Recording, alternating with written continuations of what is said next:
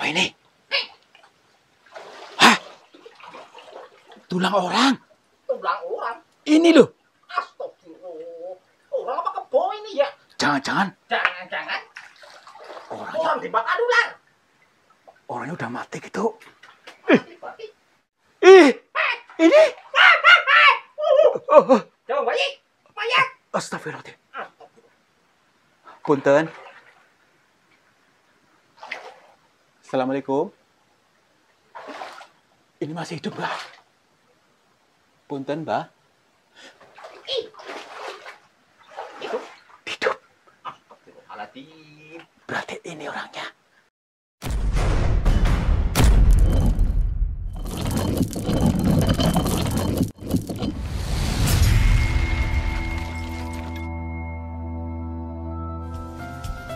Sahabat semuanya, barangkali di antara kalian yang saat ini sedang mengalami kehidupannya kurang nyaman, rumah tangga tidak harmonis, rezekinya seret, usahanya susah, sering malas-malasan, dan sering sakit-sakitan, bisa jadi kalian sedang diserang atau diliputi oleh energi negatif yang ada dalam diri kita, dalam tempat usaha kita, dan lain sebagainya. Saya tawarkan satu metode, ini garam ruqyah, untuk meruqyah diri, untuk meruqyah tempat usaha, sehingga akan membuka portal-portal yang meliputi kita, portal energi negatif, sehingga nanti akan lancar kembali rezeki dari berbagai sumber, pikirannya ayam tentrem dan semakin nyaman. Yang berminat silakan hubungi Bang Admin yang tertera di sini, dan semoga kalian sukses selalu. Terima kasih.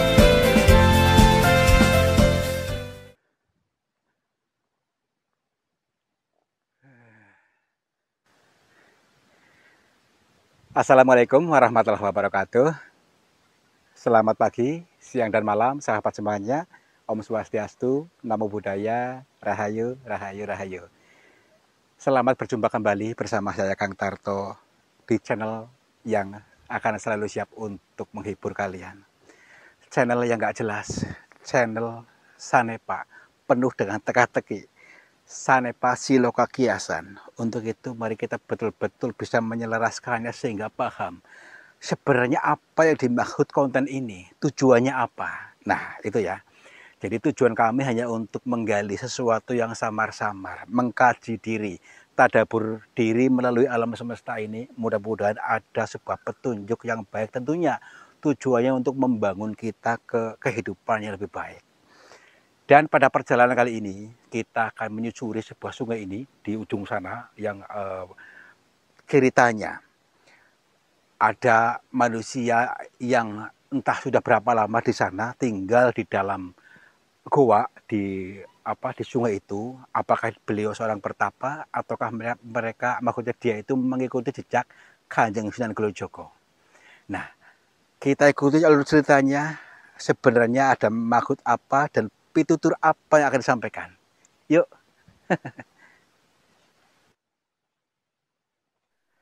Ternyata lokasinya lumayan nih. Harus naik turun gunung seperti ini. Sampai sore akhirnya nih, menjelang maghrib, tapi ini tanggung nih waktunya nih. Gak apa-apa lah ya. Sebelum kita lebih dalam, lebih jauh, yuk kita izinkan batin kita, diri ini untuk bahagia dulu, untuk senang dulu, lepaskan semua beban pikiran apa saja, lepaskan totalitas. Jadi kita untuk mengiyakan bahwa saat ini saya sedang bahagia, gitu aja ya. Sejenak lupakan hutang, sejenak lupakan permasalahan hidup, baik dengan rumah tangga ataupun dengan ini ya.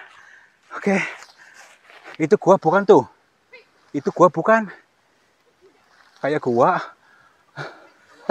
kerowekan lah ya. Baik, nah di sungai ini nih, aduh alhamdulillah luas sekali nih sungainya. Kita dulu, karena kita harus mengikuti adab atau adat orang sini, makanya untuk ulung salam di area sini, karena di sini tuh Kalau tidak uluk salam ataupun sembarangan, kita bisa celaka. Nah, ini kan sebuah uh, doa berjamaah orang sini harus seperti itu. Assalamualaikum, kula nuwun, punten, sampurasun kepada siapa saja makhluknya Allah, apapun wujudnya, apapun jenisnya, kami berdua mohon izin untuk memasuki area sungai ini dan kami bertujuan untuk mencari pengalaman. Dan bila mana kami mengganggu ketenangan kalian, kami mohon maaf. Yuk, tetap lentur, tetap fleksibel. Kita untuk bertadabur alam, untuk bertadabur diri melalui alam dengan segala penjabarannya, dengan segala ya ke sana. Iya, yuk. Tenang aja, karena selalu ada dualitas, ya. Selalu ada dualitas, yaitu dua pilihan. Tapi kita berdamai dengan kedua-duanya itu. Karena yang satu mengatakan gelap, yang satu mengatakan terang. Yang satu mengatakan masalah, yang satu mengatakan sebuah keajaiban yang indah. Antara surga dan neraka. Kita terima dualitas itu dulu. Berdamai dulu dengan segala permasalahan yang ada, ya, berdamai. Lalu setelah itu kalau memang itu sudah berdamai, kita lepaskan sehingga totalitas tak ada masalah. Itu ya. Jadi alam semesta ini sedang berbisik-bisik pada kita melalui penciptaannya. Nih, ada bebatuan yang indah, suara-suara air gemericik, ya. Makanya aktifkan seluruh sensornya, seluruh indranya, apa yang dirasakan, apa yang dilihat, apa yang didengar. Barangkali di balik itu ada sebuah petunjuk buat kita, ada pesan cinta buat kita. Makanya itu lentur. Batu ini sebuah penggambaran saja, supaya kita tetap hatinya lunak, jangan sekeras batu, ya. Nih, lihat batu ini nih. Ini kan batu hitam dan juga halus, ya. Hitam dan juga halus, tapi halus luarnya, tapi keras dalamnya keras. Ini sebuah pemaknaan bala diri kita manusia supaya jangan mudah terpengaruh pada orang-orang yang seolah-olah halus, ya, tapi hatinya keras. Hatinya penuh kebencian, selalu menebar benci. Jangan diikuti orang-orang seperti itu. Orang-orang yang lunak, yang fleksibel, yang lentur, yang tidak membenci siapapun, yang kita ikuti. Karena apa? Di balik semua itu kita membuka gerbang surga, membuka gerbang keajaiban dari Tuhan. Kan gerbang surga kan banyak, tinggal kita mau memilih. Yuk, ini ilmu alam ya, jadi pelan-pelan saja. Sebagaimana air yang mengalir ini pun ilmu, tapi sering kali saya katakan ilmu. Aliran air ini, sebagaimana Kanjeng Sunan Kalijogo ketika bertapa di tepi kali itu hingga lumutan, itu kan sebuah makna siloka, tidak yang sesungguhnya, bukan yang sesungguhnya. Bertapa hingga lumutan itu kan hanya sebuah kias, jangan ditelan mentah-mentah, ya. Ya iya, Pak. Di kali tadi ini untuk bisa mengamati aliran sungai. Aliran sungai dalam diri, bukan cuma di luar tapi di dalam diri. Aliran sungai dalam diri atau sih berupa apa? Aliran darah, aliran hawa nafsu, aliran udara. Nah, ini kita untuk menyadari napas syukur supaya terhubung dengan Sang Pencipta. Karena Tuhan itu tidak jauh, dekat, lebih dekat dengan urat leher, urat nadi. Nah, itu untuk mengamati itu. Yuk. Ya iya. Ya, makanya banyak makna kiasan, makna sanepa dijabarkan dengan tenang, dengan lunak batinnya, jangan kaku. Kalau kaku ya selalu gagal paham terus, ya. Lentur saja, fleksibel supaya membuka gerbang. membuka rezeki, membuka gerbang rezeki. Oke, tenang dulu, santai, senyum dong, sekaku dong, senyum. Nah, gitu senyum ya, lunak, lunak. Iya, ya, karena sudah terprogram seperti itu, terprogram apa tuh, mukanya kaku. Gak apa-apa, makanya dari itu, yuk kita flashback ke masa lalu. Barangkali kita itu diprogram orang untuk selalu dalam keadaan seperti itu, keadaan tegang, keadaan was-was, keadaan panik. Nah, sekarang saatnya kita ubah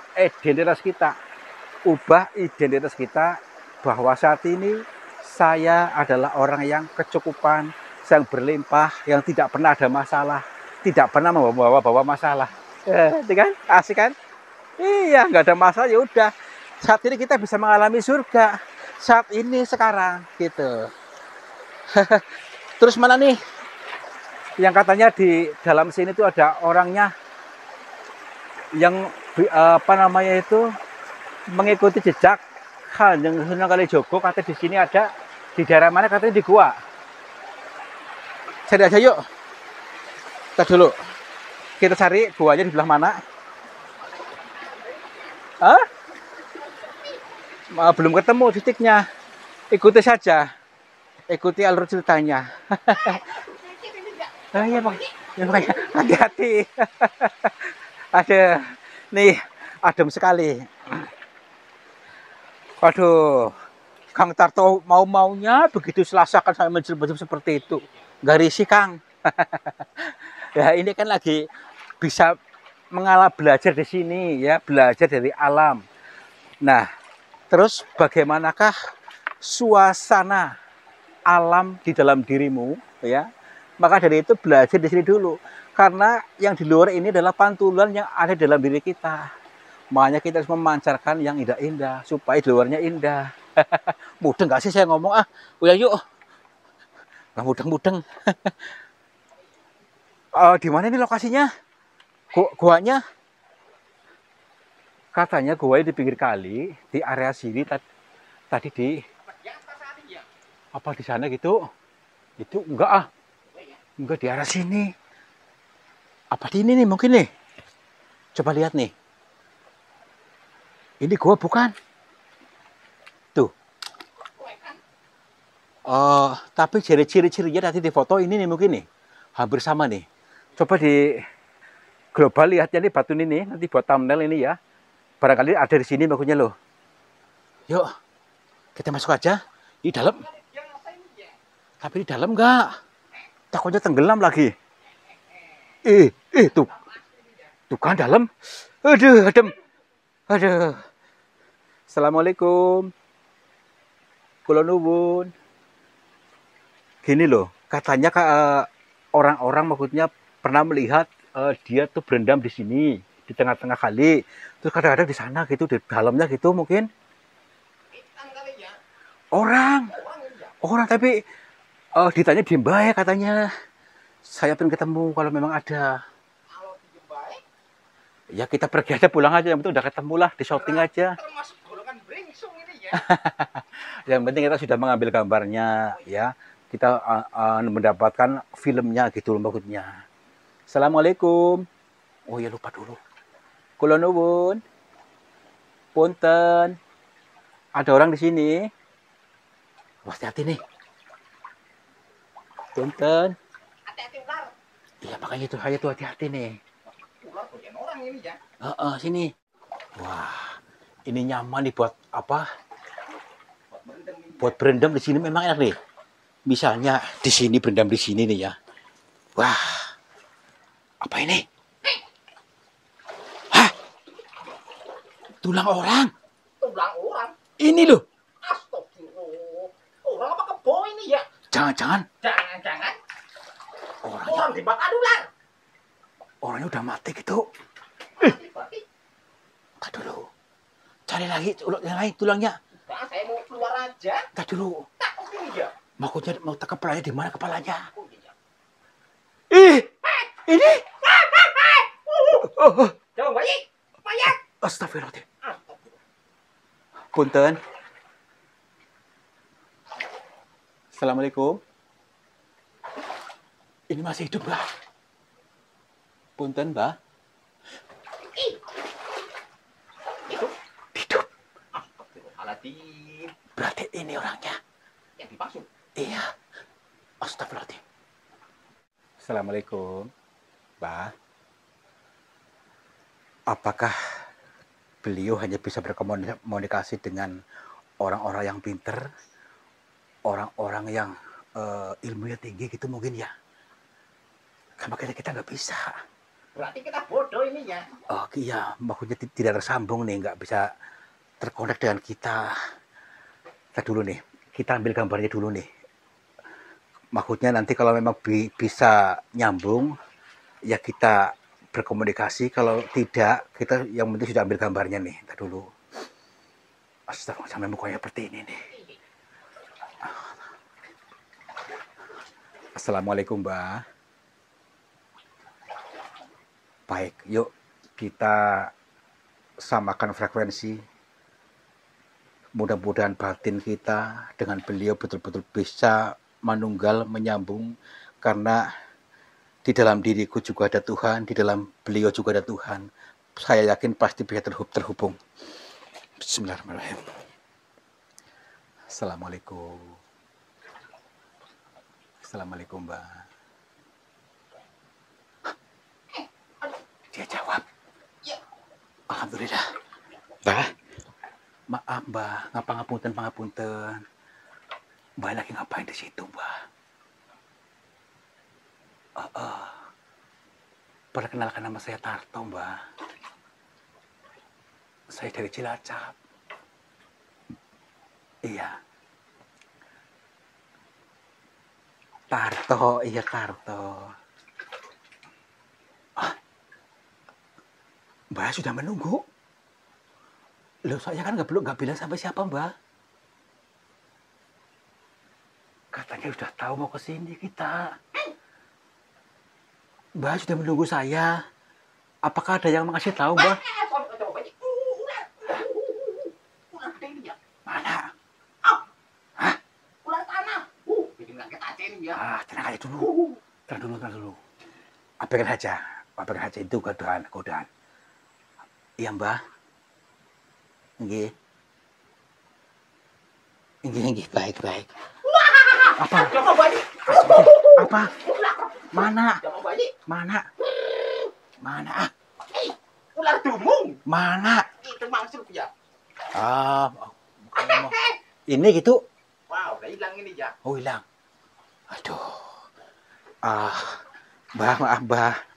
Ini mohon maaf ini kameramennya belum bisa tenang. Iya.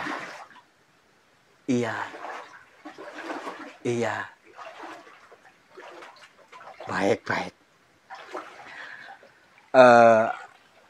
Memang godanya seperti itu katanya. Godanya ada ular di sini ketika berjumpa dengan ini. Tapi sebenarnya tidak ngapa-ngapain ularnya, tenang saja katanya. Iya, Mbak. Itu ularnya itu temannya Mbak.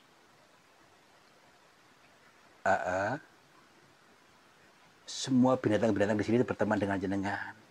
Oh, mungkin dia menjaga, maksudnya supaya tidak takutnya kita menggoda, mengganggu beliau gitu maksudnya. Alhamdulillah, Mbah menunggu saya, Mbah. Justru saya yang kepengen bertemu jenengan. Tumbuh menangi tutup. Alhamdulillah. Mbah, memangnya apa, Mbah, maksudnya yang mau disampaikan kok bisa menunggu saya?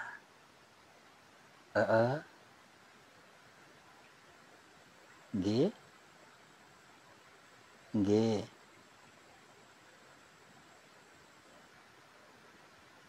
Oh, insya Allah. Saya bersedia untuk menjadi talang atur panjenengan. Nggih. Tapi ngapunten, Mbah.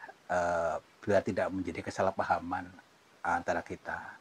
Saya pengen tahu jenengan itu siapa.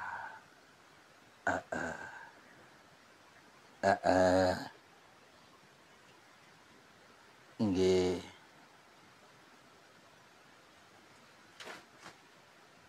Baik, baik, baik.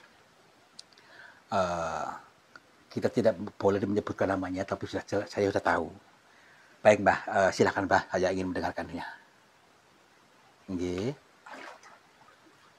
Heeh.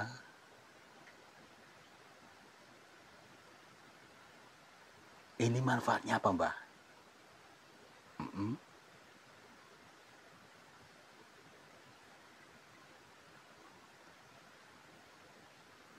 Baik, insya Allah saya akan sampaikan kepada teman-teman kita, maksudnya seluruh warga. Kebetulan kami membawa kamera ini rekaman, Mbah. Iya, jadi mudah untuk menyampaikannya. Eh, Gini teman-teman, ada sebuah pesan cinta dari beliau, pitutur kepada kita kita semua. eh, Jangan mengikuti fisiknya, artinya jangan mengikuti jejak seperti beliau bertapa. Ini hanya sebuah makna kiasan, tapi tapa yang dimaksud beliau itu untuk menata pikiran, menata diri, tatalah diri itu, diri kita, dan beliau mengikuti jejak Kanjeng Sunan Kalijogo, jejaknya yang bertapa di pinggir kali, bukan yang dimaksud adalah untuk mengamati diri sendiri, untuk mengendalikan diri kita supaya tertata dengan betul dan kehidupan kita pasti mengalami surga, mengalami kebahagiaan hidup. Artinya eh, ketika kita bisa selaras dengan alam semesta. Jadi yang dimaksud menjaga kali itu adalah menjaga aliran sungai dalam diri kita. Dan adapun surga yang dimaksud adalah kebahagiaan. Untuk bisa mengalami kebahagiaan hidup, tadi syaratnya tadi harus menata diri dulu. Jadi apapun bisa mudah didapat. Keinginan dunia tapi utamakan akhirat. Kata beliau tadi, akhirat itu di dalam kita. Utamakan akhirat. Akhir di dalam diri kita, maka dunia akan mengikuti. Jadi ini adalah bahasa siloka. Utamakan dunia. Akhirat kok, utamakan akhirat dulu dalam diri, nata diri, maka dunia akan mengikuti. Dunia dalam genggaman. Pasti dunia akan tunduk, kata beliau tadi. Yang dimaksud tunduk itu keberlimpahan hidup sudah ada dalam diri kita, Mbah. Jadi selama ini orang mencari-cari di luar, kesusahan tidak pernah ketemu-ketemu, ternyata harus kembali kepada diri kita. Alhamdulillah, ini ilmu luar biasa nih teman-teman ya.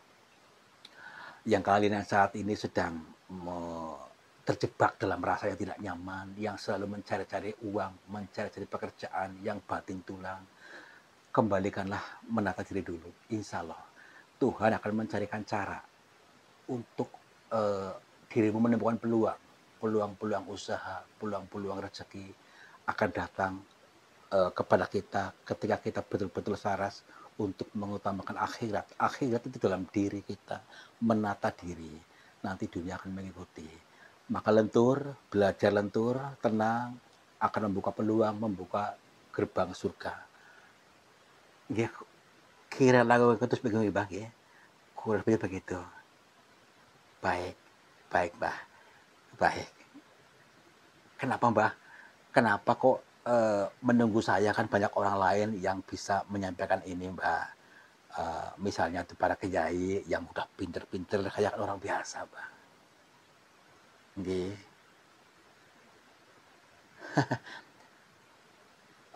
Baiklah, Mbah.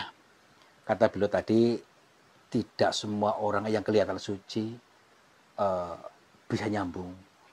Ya, jadi mereka menggunakan atribut, menggunakan pakaian-pakaian, membawa dirinya, citra diri seolah-olah paling pinternya, ternyata tidak nyambung. Nggih, baik, Mbah. Nggih.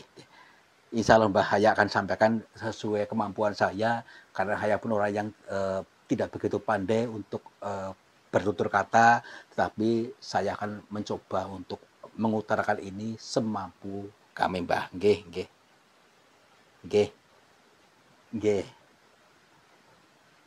Baik, Mbah. Kalau begitu kami mohon pamit, Mbah. Insya Allah atas tadi apa yang Panjenengan sampaikan, saya bersedia untuk menjadi tarangaturnya untuk menyebarkan ini kepada semua yang membutuhkan. Nggih. Assalamualaikum. rahayu, rahayu, rahayu. Udah yuk. Namanya siapa ya?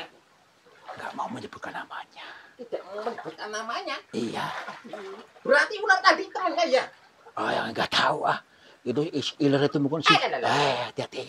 Ular gede banget ya. Sudah segede apa sih? Ularnya bentak ya? Kan halu ah. Yuk. Ular jadi-jadian ini ya. Ada, yuk. Ya, alhamdulillah. Sedalam. Ini luar biasa.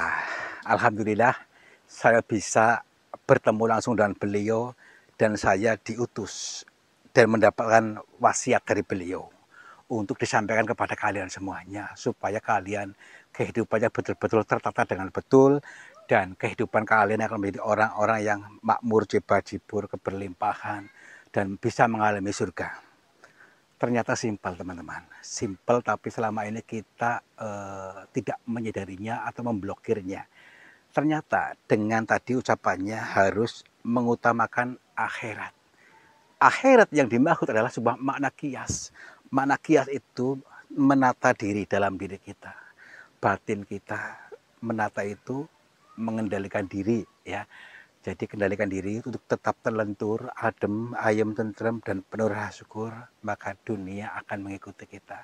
Dunia dalam genggaman ketika kita mengutamakan akhirat dulu.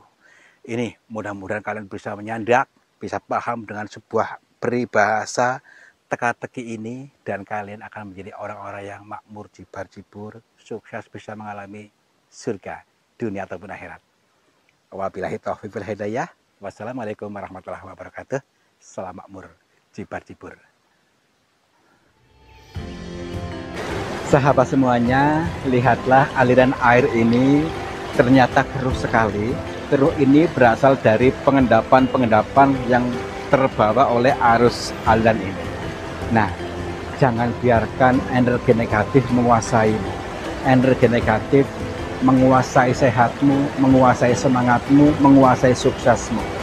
Insya Allah dengan metode air garam ini bisa menjebol portal-portal energi negatif sehingga akan lancar kembali dari pengendapan yang tanpa kita sadari. Silakan hubungi Bang Admin saja yang tertera di sini. Mudah-mudahan bermanfaat buat kita semuanya. Terima kasih.